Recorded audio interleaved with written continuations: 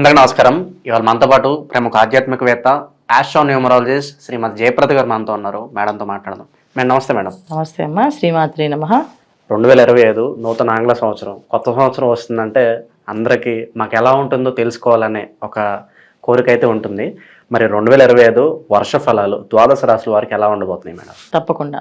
ముందు మీకు చూస్తున్న ప్రేక్షకులందరికీ నూతన సంవత్సర శుభాకాంక్షలు.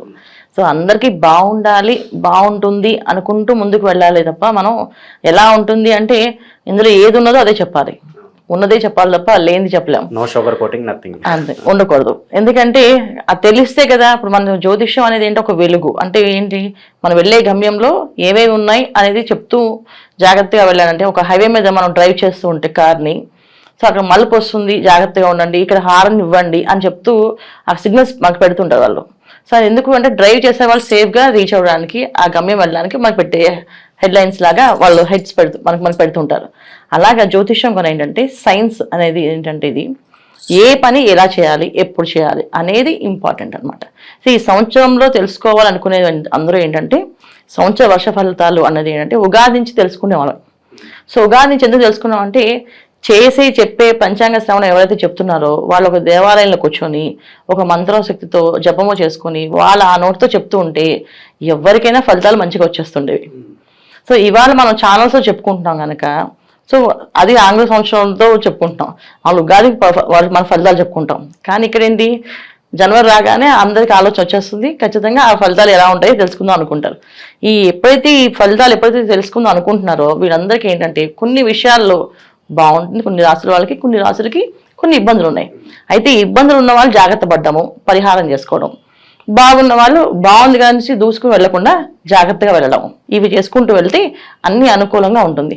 అయితే ఏ రాశుల వాళ్ళకి బాగుంది, ఏ రాశుల వాళ్ళు బాగాలేదని మనం చెప్పుకుందాం. మేడం 2025లో ఓవరాల్ గా మిథున రాశి వారికి ఎలాంటి ఫలితాలు ఉండబోతున్నాయి, గ్రహస్థితి ఎలా ఉంది, ఎలాంటి రెమెడీస్ చేసుకుంటే బాగుంటుంది అంటారు? తప్పకుండా మిథున రాశి వాళ్ళకి ఈ సంవత్సరం బాగుండాలి అనుకుంటూ ముందుకు వెళ్ళాలి. ఎందుకంటే మిథున రాశి వాళ్ళకి గ్రహస్థితి అంత అనుకూలంగా అయితే అనిపించట్లేదు. ఉండే ఇబ్బందులు, వాళ్ళకుండే ఆలోచన విధానం అన్నిటికీ కూడా ప్రతిదీ మార్పే. అంటే మేము ఇలా ఉండేవాళ్ళం కాదు, మేము ఇలా చేసేవాళ్ళం కాదు, కానీ మాకు ఎందుకు ఇలా అవుతుంది అనే సొంత ఆలోచన వాళ్ళకి మైండ్లోంచి వస్తుంది అనమాట. చాలామంది ఏంటంటే వాళ్ళ పని వాళ్ళు చేసుకుంటూ వెళ్ళిపోయే వాళ్ళు అంతా ఈ రాశి వాళ్ళు. జనరల్ మిథున రాశి వాళ్ళు అంటే ఏంటంటే ఏ విషయాలు పెద్దగా మైండ్లో పెట్టుకోరు, ఎక్కువ టెన్షన్ పెట్టుకోరు, లైఫ్ ఎలా వెళ్తే అలా వెళ్తుంది కదా అని అనుకునే మనస్తత్వం ఉన్న వాళ్ళే మ్యాక్సిమం వీళ్ళంతా అలాగే ఉంటారు. ఎందుకంటే అంత డీప్గా ఆలోచించి బాధపడి మనం ఏం చేస్తాం, సాధించేది ఏముంది ఇందులో, మనం ఏం చేయలేము, మన చేతుల్లో ఏం లేదు, అంత భగవంతుడి చేతుల్లో అని అనుకుని వీళ్ళు ఎక్కువగా అనుకుంటుంటారు. సో అలాంటి వీళ్ళకి ఈ సంవత్సరం కూడా అలాగే అనుకుంటూ ముందుకెళ్తే బ్రహ్మాండం.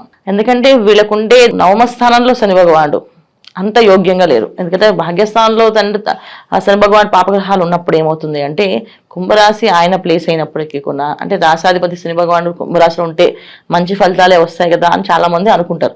కరెక్టే, కానీ మంచి ఫలితాలే వస్తాయి. కానీ మిథున రాశి వాళ్ళకి ఎటువంటి ఇబ్బందులు వస్తాయంటే ఆయన అక్కడ వచ్చేసాను భాగ్యస్థానం అయింది. ఆ స్థానం ఏంటంటే ఏవేవి ఇబ్బందులు ఉంటాయి వీళ్ళకి అంటే తండ్రితో విరోధాలు, బంధువులతో కాస్త విరోధాలు, తండ్రి తరఫున బంధువులతో కానీ వాళ్ళతో కానీ ఇబ్బందులు. ఎందుకంటే ఇక్కడ 9th హౌస్లో శని భగవానుడు, దశమ స్థానంలో రాహు, ఈ రెండు గ్రహాలు కూడా ఏంటంటే ఒక మాయని కలిగించి తెలియని ఒక అహంకారాన్ని కలిగిస్తాయి. రాహు ఏం చేస్తారంటే మనకే తెలియకుండా ఒక అహంకారం వస్తాయి. అంటే మాటలో కానీ కొంతమంది చూడండి ఒక స్మైల్లో కూడా అహంకారం కనిపిస్తుంటుంది.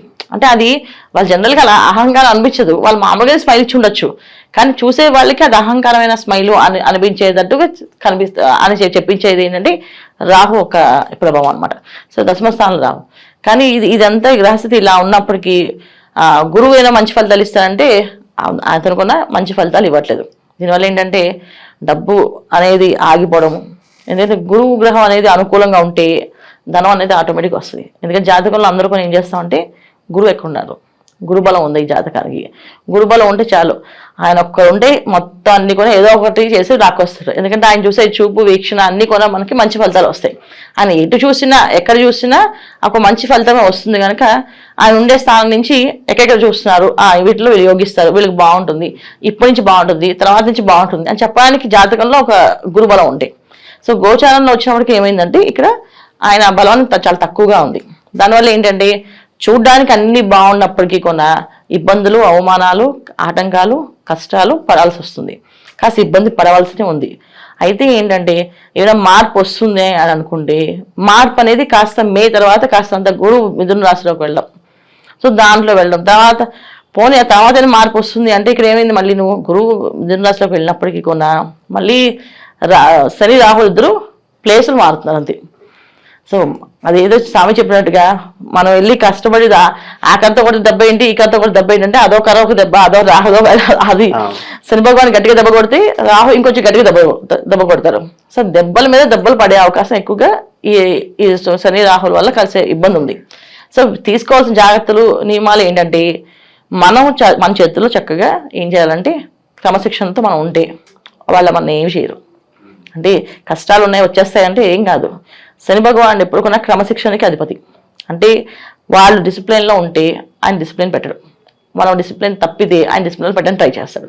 సో దానికి చేయాల్సిన పరిహారం ఏంటి, వీళ్ళు మిథున రాశి వాళ్ళు చక్కగా సూర్యోదయం పూర్వం నిద్ర లేవడం, సూర్య భగవాన్కి నమస్కారం చేయడము, పొద్దున్నే ఏ పని చేయాలన్నా ఎర్లీ అవర్స్లో లేచి అప్పుడు ఆలోచించి పనులు చేయడము, ఏ పనైనా ఏదైనా అవసరం అయితే వాళ్ళ చేతితో వాళ్ళు చేసుకోవాలి. అంటే ఇప్పుడు చాలా మంది ఏంటంటే ఇంట్లో పిల్లవాడు ఏం కష్టపడతారు అని చెప్పి తల్లిదండ్రులు కాఫీలు ఇవ్వడం, మంచినీళ్ళు ఇవ్వడం, అందరూ భోజనం వడ్డించడం, అలా కాకుండా వీళ్ళు వెళ్ళి తెచ్చుకోవడం, మంచినీళ్ళు తెచ్చుకోవడం, చిన్న చిన్న సింపుల్ పనులే, ఇంట్లో చిన్న చిన్న పనులే, కాస్త మార్నింగ్ లేచి ఇల్లంతా శుభ్రం చేసిన ఇవన్నీ కూడా ఏంటంటే శని భగవాన్ ఒక అనుగ్రహం పొందుతాం.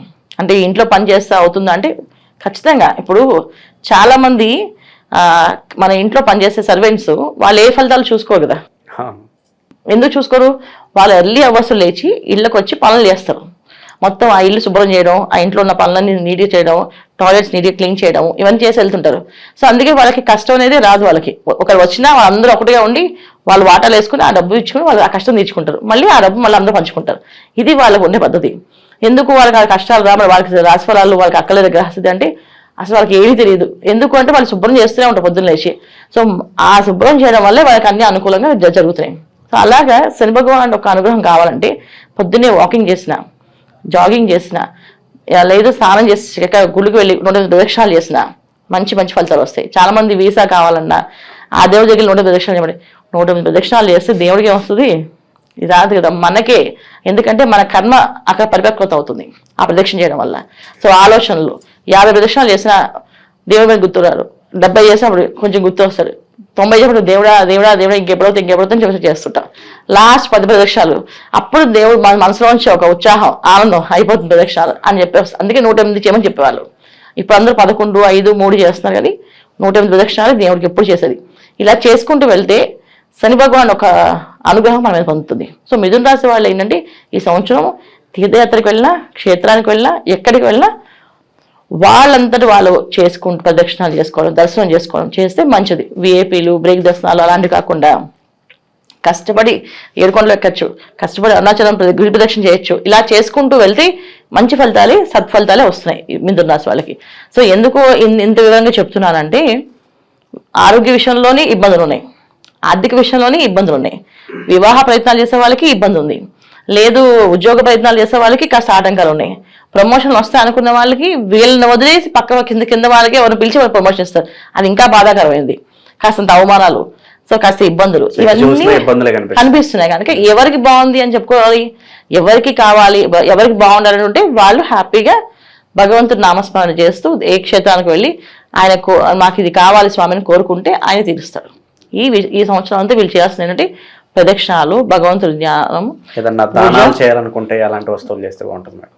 దానం అంటే ఈ సంవత్సరం వీళ్ళు బాగా పేదవాళ్ళు ఉన్న వాళ్ళకి కాస్త ఆహారం పెట్టడము, ఆకలితో ఉన్న వాళ్ళు ఎవరైనా ఉంటే ఆహారం పెట్టడము, తర్వాత వస్త్రాలు దానం చేయడము, చలితో ఉండే వాళ్ళు దుప్పట్లు అవి కప్పడం. ఇప్పుడు జనవరి పండుగ కొంచెం చల్లు ఉంటాయి అందరికి, ఆ చల్లు కాస్త దుప్పట్లు ఇవి పంచడం కానీ రగ్గులు ఇవ్వడం కానీ చేయొచ్చు. లేకపోతే ఇంకా చేయాలనుకుంటే మంచిగా ఇప్పుడు వచ్చే సమ్మర్ ఎండాకాలంలో మంచినీళ్ళు చక్కగా పెట్టివ్వడం, మజ్జిగలు, కూల్ డ్రింక్స్.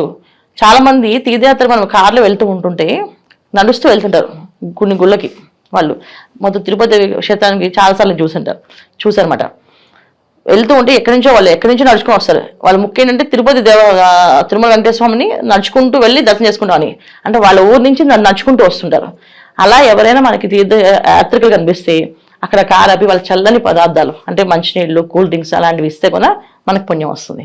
సో ఎప్పుడైనా కారులో వెళ్తున్నాం, ఎక్కడైనా తీర్థయాత్రలకు వెళ్తున్నాం అంటే కారులో కాస్త కూల్ డ్రింక్స్ లాంటివి, మంచినీళ్ళు లాంటివి పెట్టుకొని దారి పొడుగునా ఎవరైనా కనిపిస్తే పాపం అలసిపోయి వాళ్ళు నడుస్తున్న వాళ్ళకి ఇలా ఇస్తే కూడా మంచి ఫలితాలు ఉంటాయి.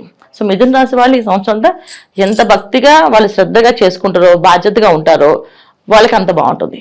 సో బాధ్యత మర్చిపోయినా, భక్తి లేకపోయినా, మా ఇష్టం మా ప్రకారం ఉంటామన్నా కాస్త వాళ్ళు క్రమశిక్షణ పెట్టేస్తారు. మనం ఏం చెప్పకలే, వాళ్ళే చేసేస్తారు అన్నీను. అది ఈ సంవత్సరం మిథున రాశి వాళ్ళు తీసుకోవాల్సిన జాగ్రత్తలు, పరిహారాలు.